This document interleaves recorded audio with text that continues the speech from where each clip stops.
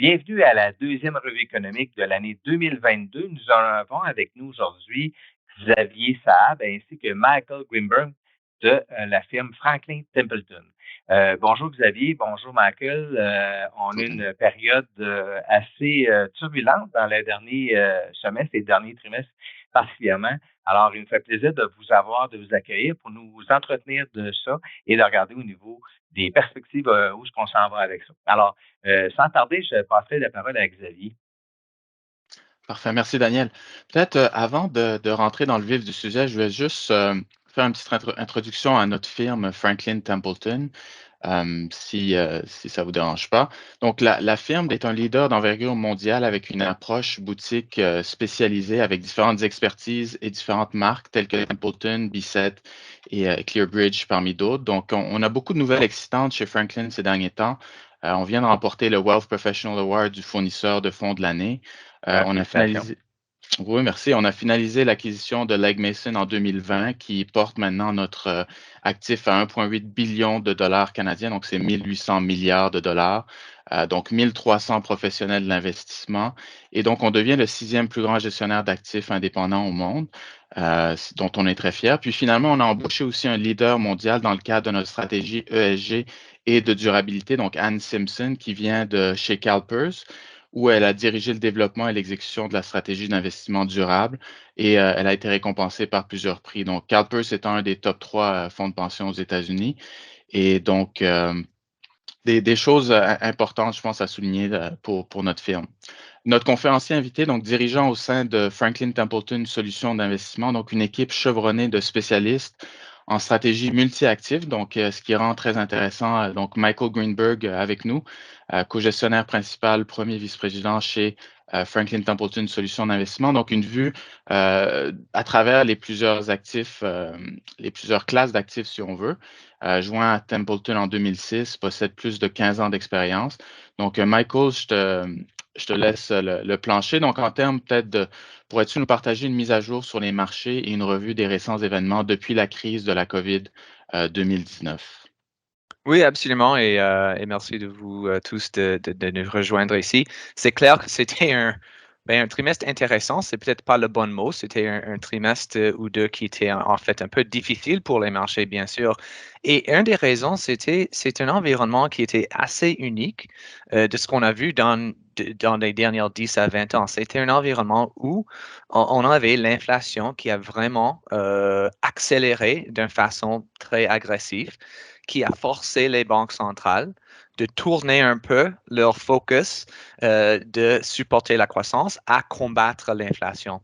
Et avec l'inflation qui accélérait, c'était clair qu'il allait augmenter les taux d'intérêt, il allait être moins supportif des marchés. Et ça a fait que les taux ont vraiment augmenté. On peut voir ça sur l'écran. On peut voir les taux de 2, 5, 10, 30 ans ici en Canada. Les taux qui ont vraiment augmenté d'une façon euh, intéressante et très agressive. Et ce ce que ça a fait, ça a fait que c'était un des pires débuts de l'année pour les obligations dans les derniers 30 ans. Donc, si on regarde cet écran, on voit les rendements des premiers 4 mois de l'année, des derniers 30 ans, et on voit la ligne rouge là, c'est un des pires. Donc, c'était un environnement difficile, non seulement pour les obligations, mais aussi pour les actions, parce qu'avec l'inflation qui accélérait, les banques centrales qui retiraient leur support pour les marchés, ça a affecté aussi les actions. Donc, il n'y avait pas vraiment de place à cacher dans les marchés. Mais non, la bonne nouvelle, c'est beaucoup des mauvaises nouvelles sont maintenant prises en compte par les prix. Les obligations ont les taux plus élevés, donc les rendements sur les obligations sont plus élevés aujourd'hui.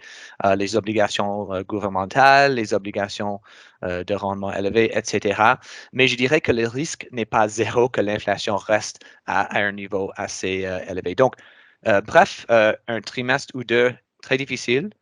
On n'attend pas que ça continue comme ça pour le reste de notre vie, mais la volatilité est peut-être avec nous pour un petit moment. Donc, je pense que c'est très important d'être dynamique et actif dans les portefeuilles, avoir de la bonne gestion active, c'est très important dans ce environnement aussi.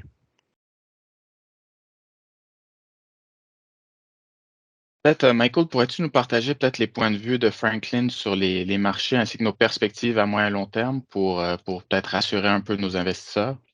Mhm. Oui, premièrement, pour nous, quand on regarde comment on veut positionner les portefeuilles, vraiment, on veut savoir ou on veut avoir un point de vue sur la croissance, l'inflation et la politique monétaire et fiscale pour les prochaines 6 à 12 mois. Donc, pour les prochaines 6 à 12 mois, qu'est-ce que serait l'environnement dans ce contexte? Et ça va vraiment informer comment on veut en fait positionner les portefeuilles.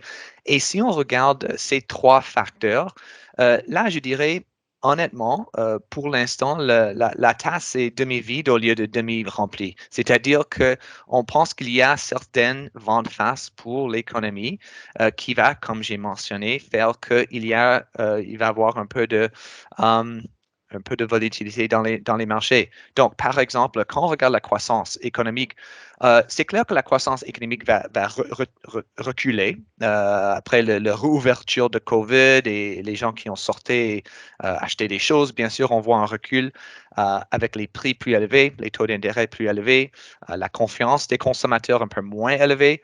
Ça va faire que les consommateurs vont retirer un peu leurs dépenses qui va bien sûr affecter l'économie. Mais le problème, c'est le risque est qu'ils vont retirer un peu trop et qu'on va peut-être tomber dans une récession. Donc, c'est un peu juste, disons, si on va avoir une récession ou non.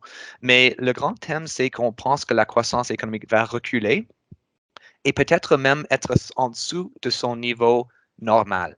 Donc, un certain environnement un peu plus difficile du côté de croissance économique. Maintenant, l'inflation, bien sûr, c'est un défi. Et on voit ça sur ce diapo ici. On voit que les taux d'inflation à l'instant est beaucoup plus élevé que la cible des banques centrales. Les banques centrales, eux, elles veulent avoir un taux d'inflation environ 2%.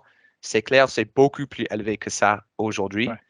Et le fait est qu'il va falloir continuer à augmenter les taux d'intérêt pour réduire l'inflation, même si ça affecte la croissance économique d'une façon négative. Et on voit ça ici.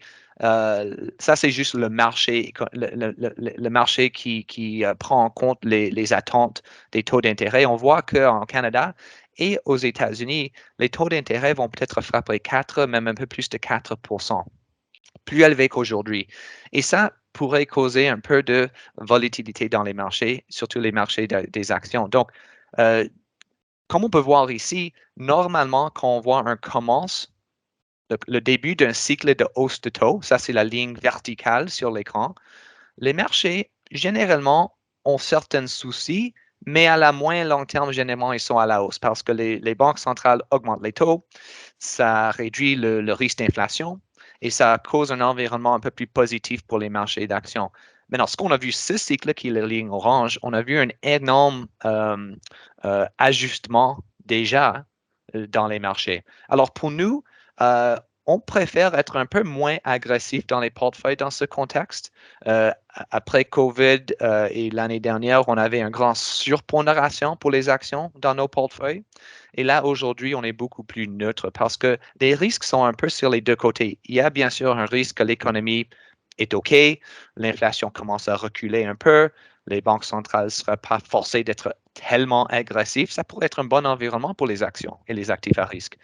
L'autre risque, qui n'est pas une probabilité de zéro, c'est qu'on voit une croissance économique moins forte, peut-être même une récession. Ça pourrait causer quelques soucis pour les actifs à risque. Alors, pour nous, un peu moins agressif dans les portefeuilles, être dynamique avec nos pondérations, mais à la moyen long terme, on pense qu'en fait, si on voit les actions, généralement, en fait, ils deviennent de meilleure valeur avec le rendement qu'on a vu déjà négatif.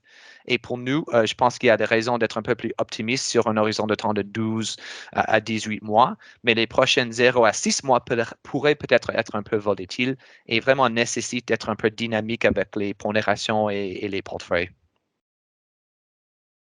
Merci, Michael. Super. Et Michael, pourrais-tu nous parler plus en détail des perspectives sur les marchés émergents plus spécialement? Oui, absolument. Donc, pour les marchés émergents, je vais répondre à la question dans deux horizons de temps. Donc, premièrement, à la long terme. Donc, pour nous, la long terme, c'est 7 à 10 ans. Donc, c'est vraiment très long terme.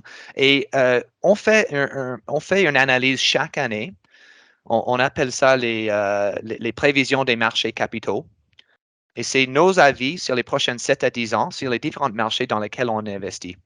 Et juste pour vous montrer les Coles Notes de cette recherche, je peux vous fournir la pièce de recherche de 10 à 15 pages, mais on va faire ça peut-être un peu plus vite aujourd'hui. Si on regarde les grands takeaways, sur la moyen long terme, et vraiment sur la long terme, on pense que les marchés émergents, comme vous pouvez voir en bas de l'écran ici, on pense qu'ils vont être assez performants quand on compare à les marchés des pays développés. Premièrement, les valorisations sont un peu plus intéressantes. Les valorisations ne sont pas un bon outil pour timing la court terme, mais ça a un bon effet sur la long terme et la potentiel des rendements d'un certain marché. Donc, les valorisations sont intéressantes. Aussi, quand on regarde la consommation, le middle class, il y a un grand middle class dans les marchés émergents qui vont consommer. Ils vont commencer à acheter des voitures, des choses comme ça. Donc, on est plus positif sur ces marchés à la moyen et long terme. Donc, du côté stratégique, très important d'avoir une pondération des marchés émergents dans les portefeuilles. Maintenant, ça c'est long terme. À la court terme, je vais vous dire, il y a certains défis pour les marchés émergents à la court terme. Maintenant, les marchés émergents ont déjà sous-performé les marchés développés dans les dernières quelques années. Donc, un peu de ces mauvaises nouvelles sont déjà prises en compte par les prix. Mais par exemple, on sait maintenant qu'il y a beaucoup d'inflation. On sait qu'il y a une guerre avec la Russie à l'Europe qui fait que les prix alimentaires, les prix de nourriture augmentent et va peut-être rester un peu plus élevé. Les marchés émergents sont plus susceptibles à cette hausse de prix dans l'alimentation parce que un plus grand pourcentage de leurs dépenses sont liées à la nourriture, beaucoup plus que les marchés développés. On voit ça sur l'écran. Donc, avec les prix de nourriture plus élevés, ça va être un vent de face pour les consommateurs à court terme, au moins, dans ces environnements. Et ça va peut-être affecter un peu les potentiels de ces environnements, de ces marchés à la court terme. L'autre chose, c'est quand on est dans un environnement où la croissance économique est en train de reculer. On ne sait pas encore si ça va reculer à un niveau de récession, non, mais ça commence à diminuer, c'est clair. Généralement, dans cet environnement mondial de croissance économique un peu plus difficile, les marchés émergents, elles, généralement, ont des challenges, des défis et des sous-performances. Maintenant, comme j'ai mentionné, c'est peut-être déjà arrivé. Donc, peut-être pas le moment d'ajouter trop agressivement aujourd'hui, mais probablement pas le temps de réduire la pondération non plus, parce qu'un peu de la douleur était déjà fait. L'autre positif que je veux partager, peut-être encore, c'est peut-être un positif plus dans les prochains quelques trimestres qu'aujourd'hui, c'est que avec l'inflation qui a accéléré dans les marchés émergents premièrement, et puis maintenant, on voit ça dans les marchés développés aussi, ils ont déjà augmenté leur taux. Ils ont déjà fait ce changement d'augmenter les taux d'intérêt pour combattre l'inflation. Donc, cette douleur est derrière nous, disons.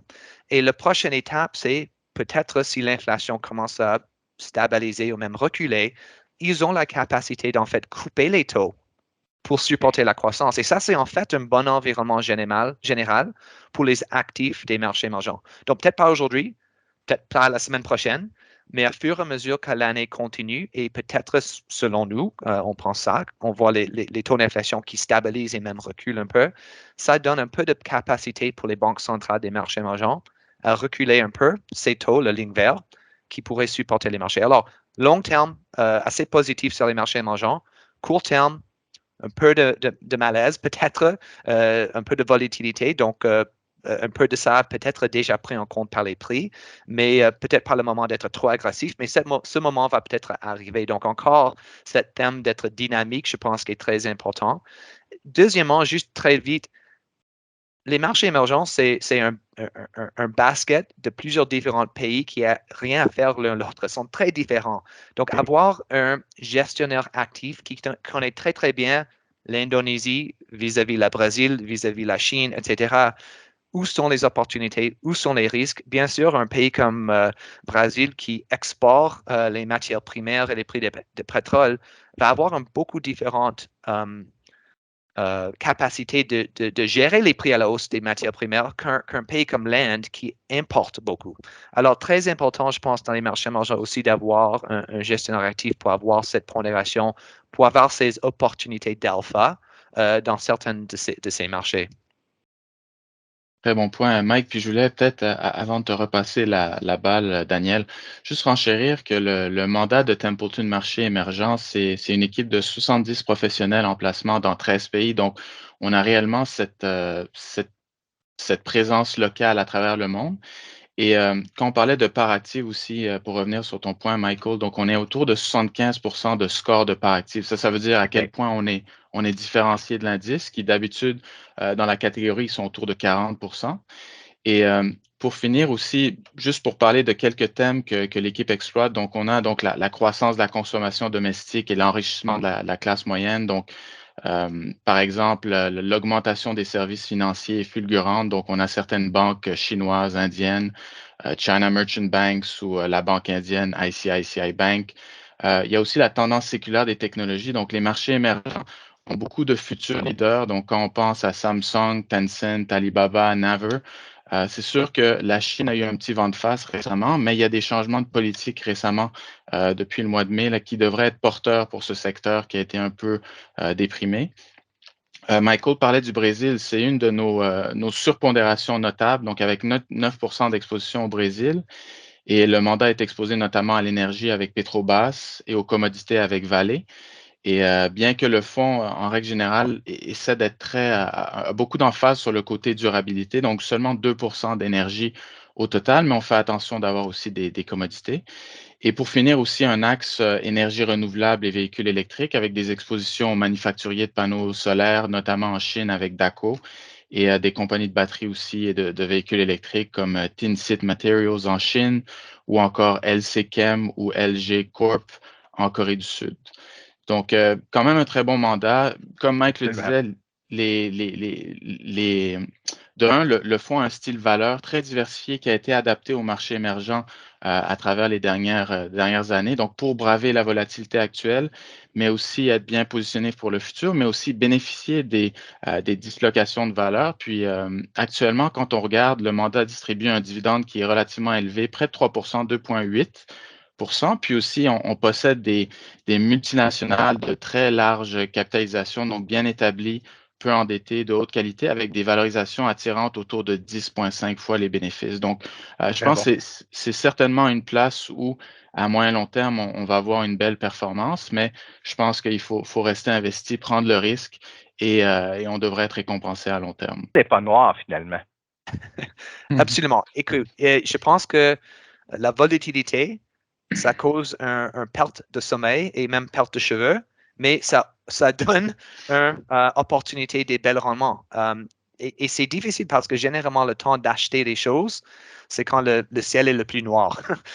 Quand les choses ressentent très difficiles, et quand on pense, ben, on devrait aller au cash, on devrait sortir du marché, en fait, généralement, c'est l'inverse qu'on devrait faire. Et ça, c'est vraiment le grand thème de gérer les émotions. Et ça, c'est quelque chose qu'on essaie de faire comme investisseur chaque jour. Mais oui, Daniel, vous avez raison. Je pense qu'il y a de la risque à la court terme dans les portefeuilles, dans les marchés.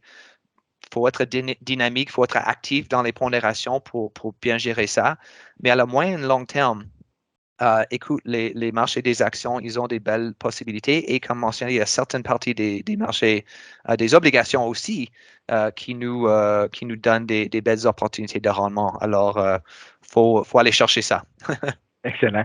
Écoutez, Michael et Xavier, je vous remercie infiniment. On a la chance de vous avoir comme partenaire dans nos portefeuilles de placement de nos clients également. On est bien content du travail que vous faites, puis on est bien content que ça continue. On espère juste avoir un peu moins de nuages dans le ciel, mais on est bien conscient que ça fait partie, comment dire en français, ça fait partie de la game. Alors, je vous remercie beaucoup pour d'avoir participé et j'invite les gens justement à partager cette vidéo-là.